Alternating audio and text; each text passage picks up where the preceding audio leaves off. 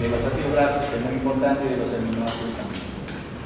Entonces, estas células endocrinas se encuentran agrupadas en los islotes del ganglio. Los islotes del ganglio se encuentran prácticamente en el páncreas, ocupa una masa de prácticamente el 1 al 2% nomás de la masa. El resto son células acinales, ¿no? Y solo el 1 o 2% lo más encuentra. Ahora, esta islote del Langerhans tiene 4 tipos de células. Acá creo que veo 3 nada más, que son las alfa, son las beta y por ahí están las beta. Y por ahí también debe estar otra célula que, si no me equivoco, la célula C, no me acuerdo cuál es. Pero esa es la que libera el polipéptido pancreático, la célula P, creo que es, ¿no? Creo que sí, no me acuerdo. La cuestión es de que las células alfa me liberan glucagón, la célula beta me libera insulina y las células delta me liberan somatostatina. Todo esto es lo que regula el sistema. Ahora, muy importante lo de acá es la estructura y la síntesis de la insulina. ¿Qué pasa? ¿Dónde se encuentra el gen que genera la insulina? En el cromosoma 11. 1. ¿Qué es lo que va a hacer? Me va a generar la pre-proinsulina. ¿Qué significa la pre-proinsulina? De que tiene péptido C, cadena A, cadena B, y aparte que acá debería estar una cadena señal, un polipéptido señal. Entonces, la insulina es una hormona que está compuesta de una cadena A, de que tiene 21 aminoácidos, y tiene una cadena B, que tiene 30 aminoácidos, y que aparte que está unido por 2 puentes de sulfuro, la cadena, y la cadena alfa simplemente tiene un puente de sulfuro extra para su unión personal. Aparte que está unido a un péptido C que tiene 31 aminoácidos, no, tiene un poquito más, y debe estar unido a un péptido señal. Cuando está unido al péptido señal es una preproinsulina. Recuerden cuando dije, cuando te cortan la molécula señal se transforma en prohormona o proinsulina. Esa proinsulina, para que se transforme en insulina, me tengo que sacar este péptido C. Lo descinden y solo te va a quedar esas hormonas que están de colores. Entonces, y eso ya lo voy a decir después. Una vez ya trabajada su función de la hormona, va al hígado, va al riñón, y el hígado y el riñón simplemente lo metabolizan y hacen esto. Te cortan los puentes de sulfuro. Al cortarte los puentes de sulfuro, van a quedar solo nadando la cadena alfa y la cadena beta, que en forma separada no tienen ninguna acción. Simplemente se ponen inactivas. Lo único que hace el hígado y el riñón es escinden los puentes de sulfuro para que estas dos hormonas, estas dos cadenas A y beta sean inactivas en forma separada. Entonces, como les mencioné antes, siempre hay alguien que regula, estimula, siempre hay alguien que inhibe. ¿Quién es estimula? El gran estimulante de la insulina es el aumento de la concentración de glucosa. También el aumento de la concentración de aminoácidos, el aumento de la concentración de ácidos grasos y de cetoácidos, el mismo glucagón que va a estimular la insulina, el cortisol y el resto, que lo van a ir leyendo. ¿Quién disminuye su función? Cuando hay poca glucosa, el ayuno, el ejercicio físico, la somatostatina, que inhibe lo que es la insulina, los agonistas alfa-adrenérgicos y el fármaco que sería oxígeno. Entonces, ¿qué pasa? Como le menciono, hay personas que, como les salen en la noche y se comen un super chaufón. Entonces ahí tiene gran cantidad de carbohidratos. Al tener gran cantidad de carbohidratos o glucosa, esa glucosa nada en el sistema sanguíneo y llega a la célula pancreática. Esto de acá es la célula beta. Si es la célula beta, en la célula beta tenemos un receptor, el receptor de GLUT2. Va a venir la glucosa, como hay gran cantidad de glucosa por acá, se va a unir al GLUT2, la GLUT2, esta glucosa, por la glucosinasa la va a transformar en glucosa 6-fosfato. Esto se va a oxidar, va a formar ATP y el ATP no va a hacer algo, simplemente me va a bloquear el receptor de potasio, esto se va a despolarizar y al despolarizar me abre los canales de calcio, ingresa el calcio y simplemente el calcio hace que se libere el calecino, que contiene adentro insulina. Pero adentro se encuentra la insulina como proinsulina, que significa que está unido a péptido C. Entonces, ¿qué significa? Cuando yo libero, me voy a liberar insulina y la misma cantidad me voy a liberar de péptido C. O sea, lo voy a liberar. ¿Qué me quiere decir? Por ejemplo, en la diabetes mellitus tipo 1, esta persona no puede vivir si no recibe insulina.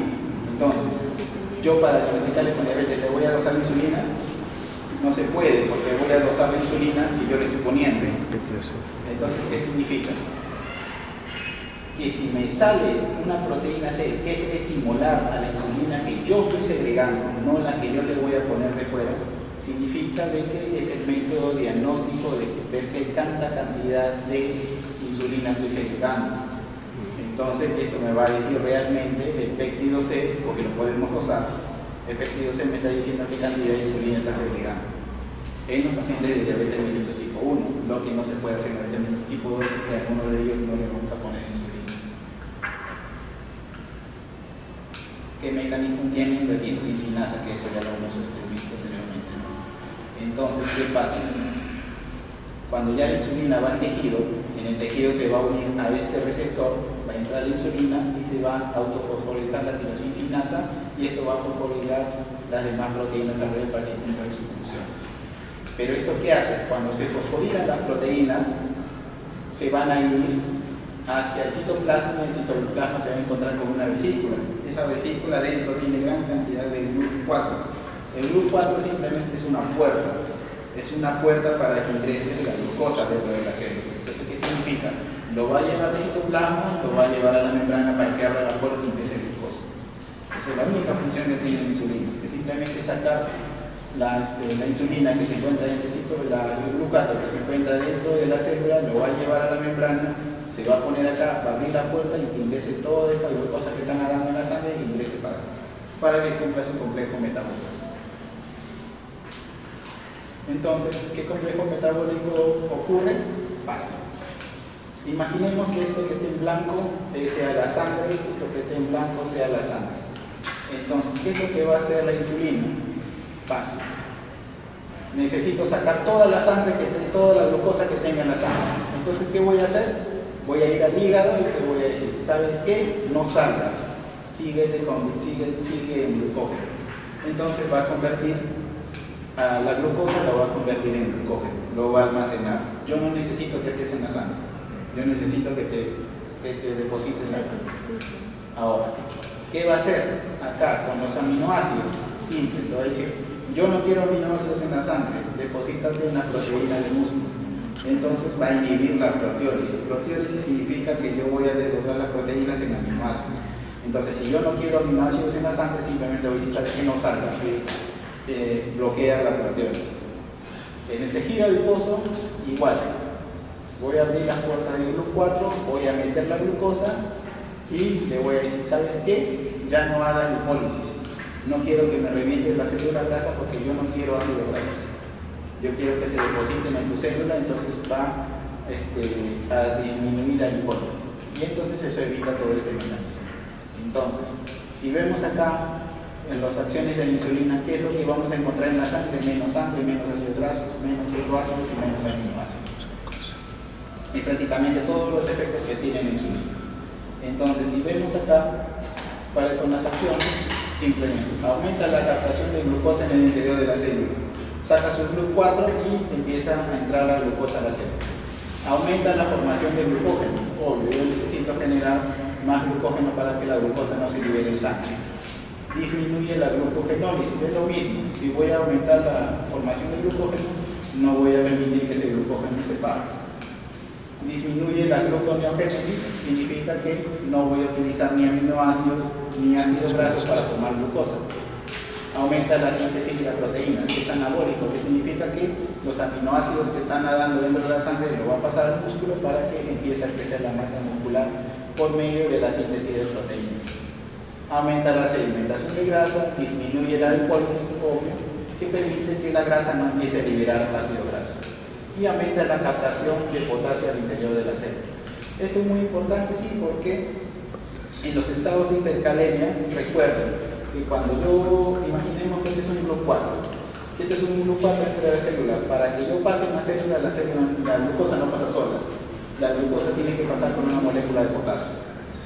Entonces esto es muy importante. ¿Por qué? Porque cuando yo quiero tratar la hipercalemia, que es el aumento de potasio dentro en sangre, lo que voy a hacer es darle una solución de insulina con suero glucosado. ¿Por qué? Porque simplemente voy a simular de que ingrese la glucosa y con esto me voy arrastrando todo el potasio que se encuentra en exceso.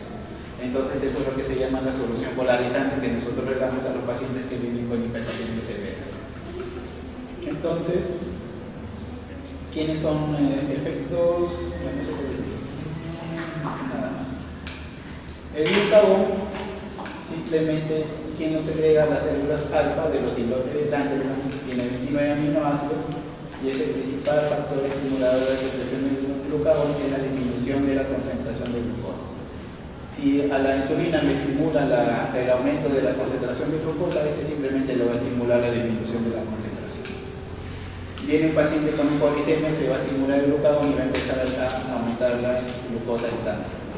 Quienes estimulan el ayuno, la disminución de la glucosa en sangre, que esto es lo más importante, aumento de la concentración de aminoácidos y el resto.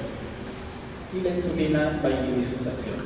La somatostatina también. Recuerden que la somatostatina inhibe tanto la insulina como el glucagón. Entonces, si nosotros estamos en un estado de hipoglicemia, nosotros tenemos que administrar a nuestros pacientes cuando llegue 1 miligramo de glucagón y el cuerpo mismo va a ver la necesidad de poder incrementar la cantidad de glucagón. ¿Cómo lo hacen? Fácil. Si veo que mi paciente está con hipoglicemia y le estoy metiendo glucagón, ¿qué va a pasar? Va a hacer que ese glucagón vaya al hígado y empiece a romper el glucógeno. Lo contrario que hace es que la insulina simplemente va a empezar a romper el glucógeno para formar glucosa que se vaya a la sangre. Sí. Va a hacer de que los aminos o las proteínas empiece a haber proteólisis, que significa que va a destruir las proteínas del músculo y va a transformar en aminoácidos para que los aminoácidos vayan al hígado y se transformen en glucosa, gluconeogénesis. Y en el tejido adiposo va a reducir la lipólisis, van a hacer de que se destruyan los lípidos, las células lipídicas y se formen ácidos grasos, y esos ácidos grasos van a formar cetoácidos. ¿Por qué? Porque los ácidos grasos se van a ir a formar glucosa y también van a formar cetoácidos que van a reemplazar la glucosa. Ustedes cuando están en ayunas se dan cuenta que les duele la cabeza. Se le duele la cabeza simplemente porque se está formando tanta cantidad de cetoácidos que está llegando al sistema cerebral y eso está ocasionando dolor de cabeza. Así que ese es el motivo por el que le duele la cabeza y la persona necesariamente tiene que comer algo porque si no le va a empezar a seguir doliendo la cabeza. Entonces, esto que hace una sangre simplemente aumenta la cantidad de glucosa en sangre, aumenta los ácidos grasos porque estoy rompiendo los lípidos, aumento ácidos grasos y aumento cetoácidos porque conforme yo aumento ácidos grasos, el hígado lo va a transformar en cetoácidos para que los cetoácidos vayan al cerebro y empiecen el metabolismo del cerebro. Recuerden que el tejido cerebral no se puede quedar sin glucosa, así que este es un mecanismo mucho más rápido por la cual yo puedo llevar alimentación al cerebro.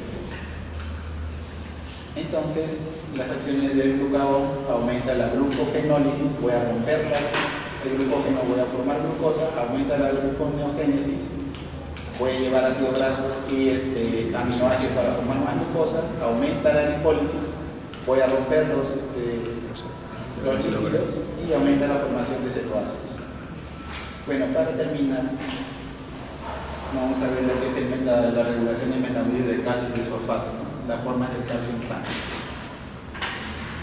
El calcio lo tenemos prácticamente, el calcio total que nosotros dosamos, lo vamos a encontrar en diferentes formas.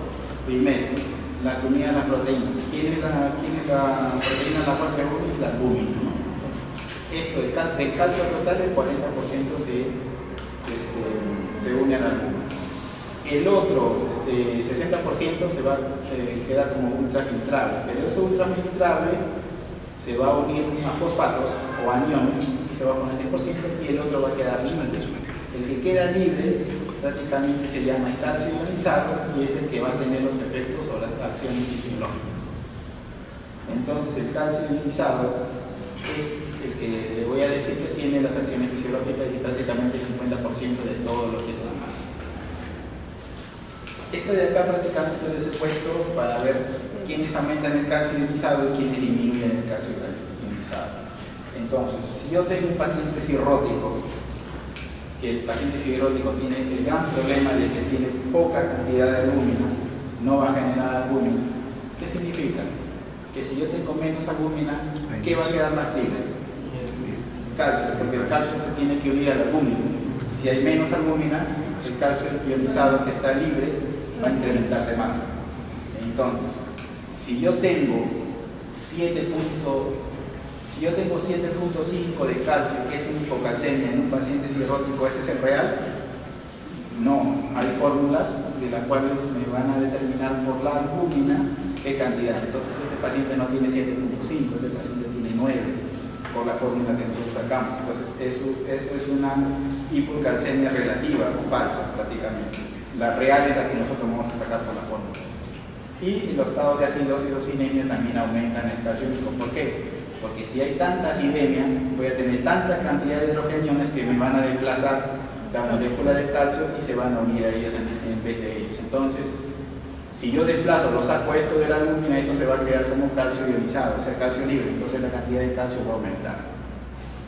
Entonces, tanto la acidosis o los estados de hipoalbuminemia, o sea, baja concentración de albúmina, van a incrementar el calcio ionizado. Al revés es esto. Por algún motivo estoy administrando albúmina a mi paciente, por algún motivo la cantidad de hidrogeniones es mínima, simplemente el calcio ionizado se va a unir a los espacios que está dejando el hidrogenio.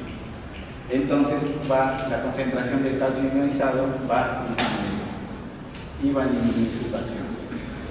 Entonces, si nosotros vemos acá, nosotros normalmente consumimos 1 gramo de calcio o 1000 miligramos que van a pasar por todo el intestino.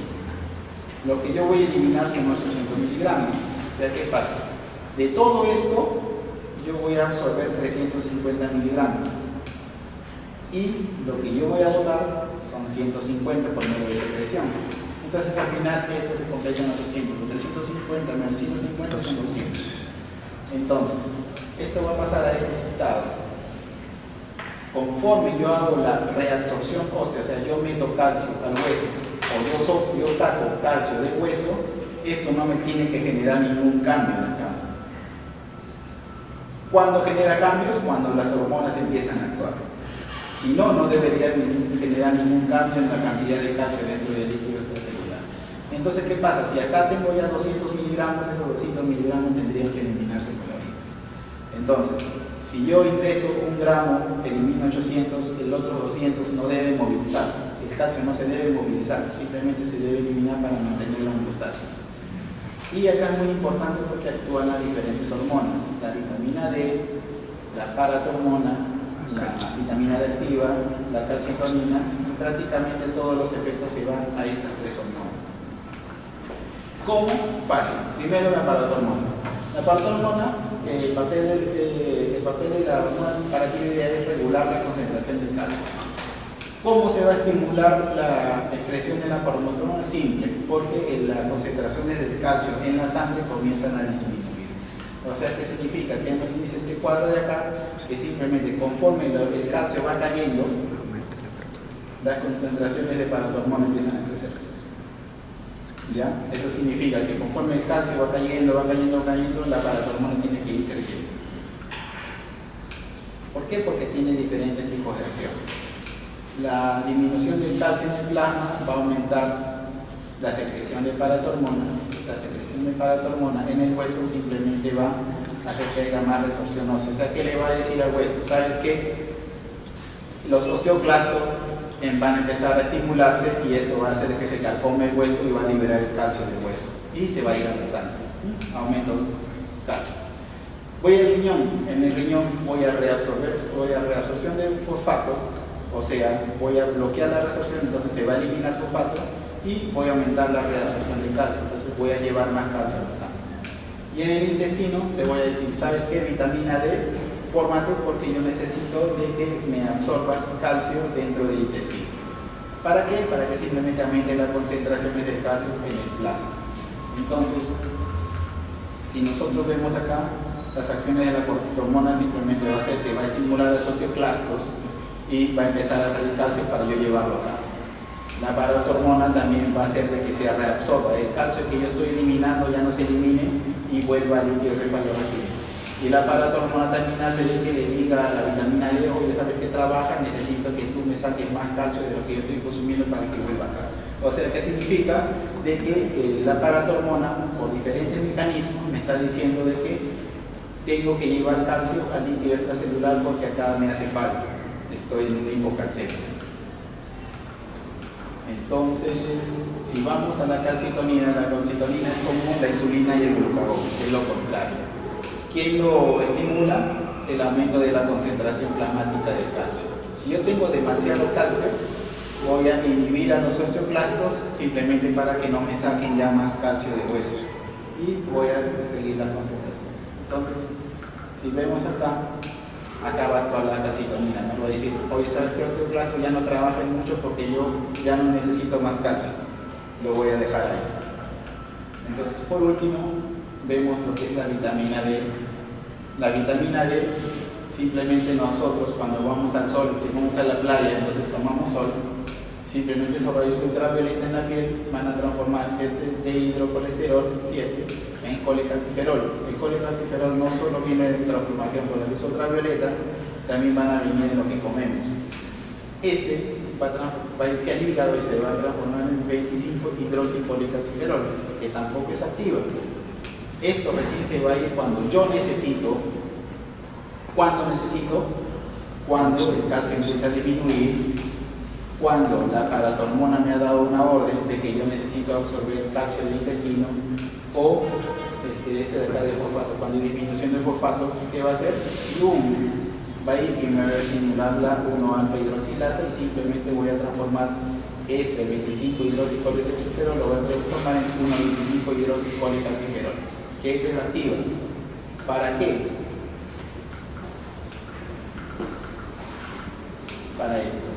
Si yo tengo la activa, simplemente voy a ir al intestino y voy a aumentar la absorción de calcio y me voy a ir al riñón simplemente para empezar la reabsorción de calcio, pero también me estimula la reabsorción de fosfato, lo que lo diferencia de la paratormona. La paratormona hace de que se elimine el fosfato, pero en cambio la vitamina D me reabsorbe tanto calcio y me reabsorbe también fosfato, que es la diferencia con lo que es la paratormona.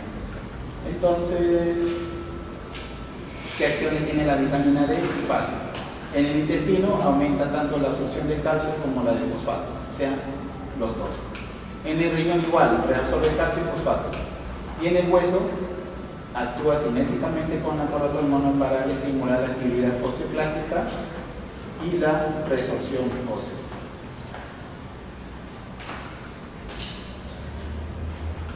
Bueno, eso es todo, chicos.